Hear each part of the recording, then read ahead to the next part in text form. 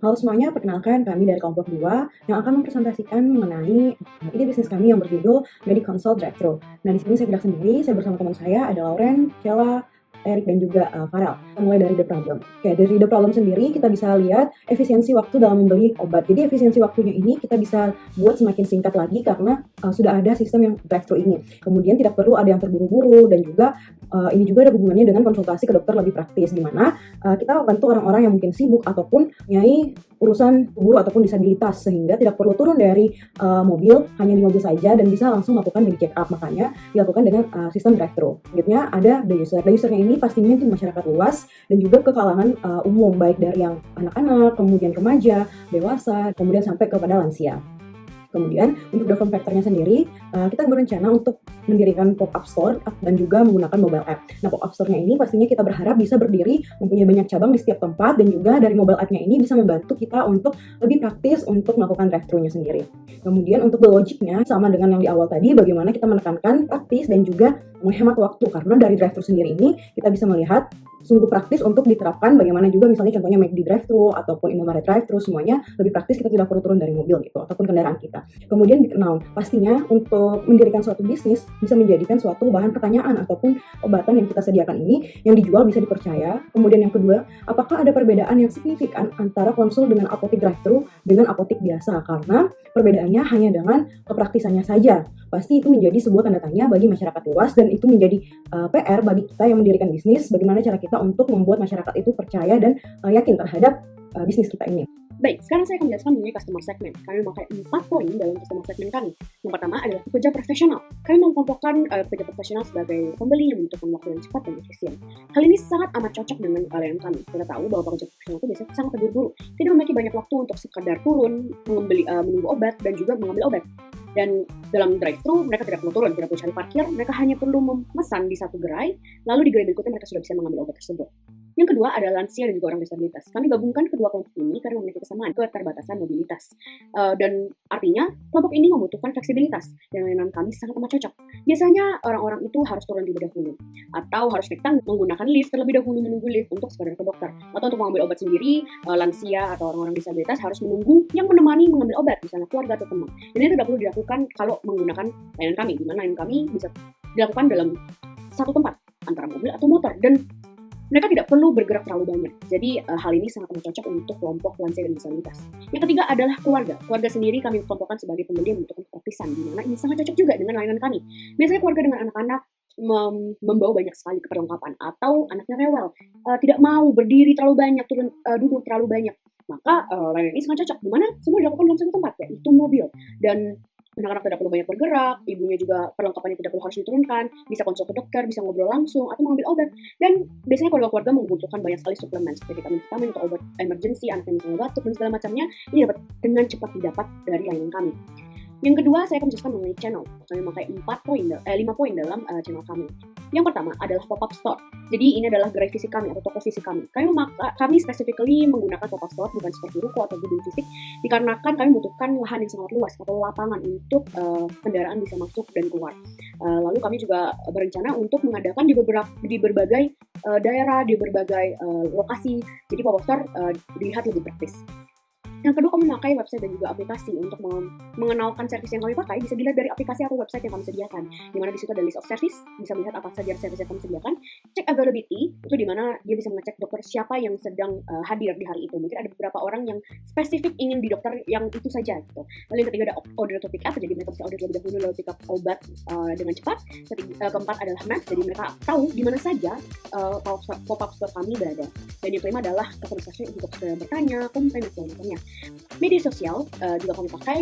Menurut survei, dikarenakan kami lebih ingin ke arah orang dewasa, jadi kami memakai lebih ke arah Facebook, dimana Facebook sendiri biasanya digunakan untuk umum atas. Dan walaupun kami lebih ingin ke arah dewasa, kami tetap memakai Instagram dan TikTok, karena berdasarkan survei juga orang-orang dewasa zaman sekarang juga memakai hal-hal tersebut. Instagram dan TikTok masih aktif untuk kalangan dewasa.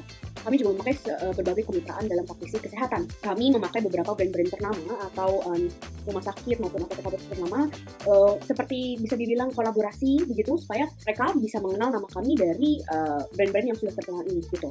Beberapa yang kami bisa pakai, yang pertama untuk bidang check up itu ada Biomedica, lalu apotek sendiri ada Kimia Farma, lalu rumah sakit ada Silom, lalu untuk telemedicine ada Halodoc, Sehatku, dan segala macamnya. Yang terakhir adalah ikan. Walaupun memang beberapa orang mengatakan ikan sendiri sudah sangat jarang untuk dilihat, baik orang muda maupun dewasa biasanya melewatkan iklan begitu. Tapi ikan sendiri itu sangat baik untuk meningkatkan exposure terhadap produk, jadi kami tetap memakainya. Bisa dalam televisi sendiri, iklan seperti biasa, koran atau majalah online, kami tidak memakai yang fisik koran kertas karena menurut kami sendiri sudah jarang sekali orang yang membaca. Yang ketiga ada billboard, bisa yang di jalan-jalan itu, jadi orang kalau lewat bisa lihat, ataupun flyer, jadi bisa dalam bentuk brosur yang dibagikan di pinggir jalan, atau dari mitra-mitra kami bisa membagikan brosur-brosur punya kami. Saya akan menjelaskan mengenai value proposition. Jadi value proposition itu akan lebih menekankan ke beberapa manfaat utama yang bisa membedakan kita dengan apotek atau klinik tradisional.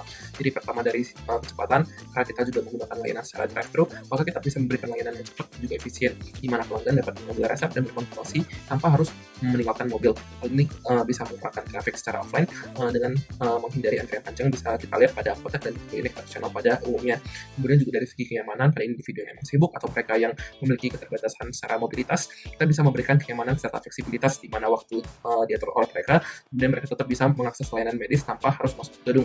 Kemudian dari keterjangkauan, kita juga bisa memberi biaya yang jauh lebih rendah dibanding klinik atau rumah sakit secara lengkap. Kita juga bisa memberi layanan kesehatan yang lebih terjangkau dan mudah diakses, terutama untuk masalah kecil atau masalah rutin. Hal ini bisa membantu pada pasien kronis seperti pada mereka yang mengalami diabetes atau hipertensi, jika mereka hanya ingin melakukan konsultasi rutin, isi ulang obat atau resep dengan cara yang lebih sederhana dan juga hemat biaya. Kemudian dari segi keamanan juga, karena ini juga merupakan drive-thru, maka interaksi tanpa kontak akan sangat minim. Hal ini bisa membatasi interaksi fisik sehingga timbullah rasa yang lebih aman yang dirasakan oleh pasien. Lagi jika pasien juga ingin meminimalkan paparan yang bisa terjadi pada klinik atau apotek pada umumnya. Juga secara komprehensif, kita merupakan one-stop shop dalam kebutuhan medis. Jadi selain bisa mengambil obat, kita bisa sekaligus juga berkonsultasi tentang masalah obat seperti kegunaan obat, dosis obat, dan sebagainya. Kita juga bisa membantu mereka karena ada dokter juga melakukan penyesuaian obat maupun melakukan perubahan dari resep yang ada sebelumnya jika obat dirasakan tidak cocok oleh pasien. Kemudian juga digitalisasi, di mana ada yang dia integrasi dari digital dalam pembuatan mobile app. Jadi ini membuat pelanggan lebih bisa memesan obat terlebih dahulu, kemudian mengambilnya. Selain itu juga bisa membuat janji tamu untuk dokter yang ada. Selain itu resep juga akan kita buat secara elektronik sehingga pasien bisa lebih terdata dan terekam data-datanya. Customer relationship merupakan strategi yang biasa digunakan di sebuah bisnis dalam membangun dan memelihara hubungan yang kuat dengan para pelanggannya. Dalam bisnis kami ada beberapa pendekatan yang akan kami gunakan. Yang pertama adalah sosial media. Jadi kita akan memposting konten secara reguler dan kita akan berbagi informasi tentang layanan, tips kesehatan, dan juga testimoni dari pelanggan. Juga melalui sosial media kita akan menjawab pertanyaan dan memberi tanggapan langsung terhadap umpan balik dari pelanggan melalui pesan pribadi atau direct message, atau juga di kolom komentar di konten. Visit ke MediConsult, kita akan meminta para pelanggan untuk memberikan rating dan juga umpan balik tentang pengalaman mereka. Kalau misalnya ada saran, kritik, atau keluhan, di situ juga bisa dicantumkan.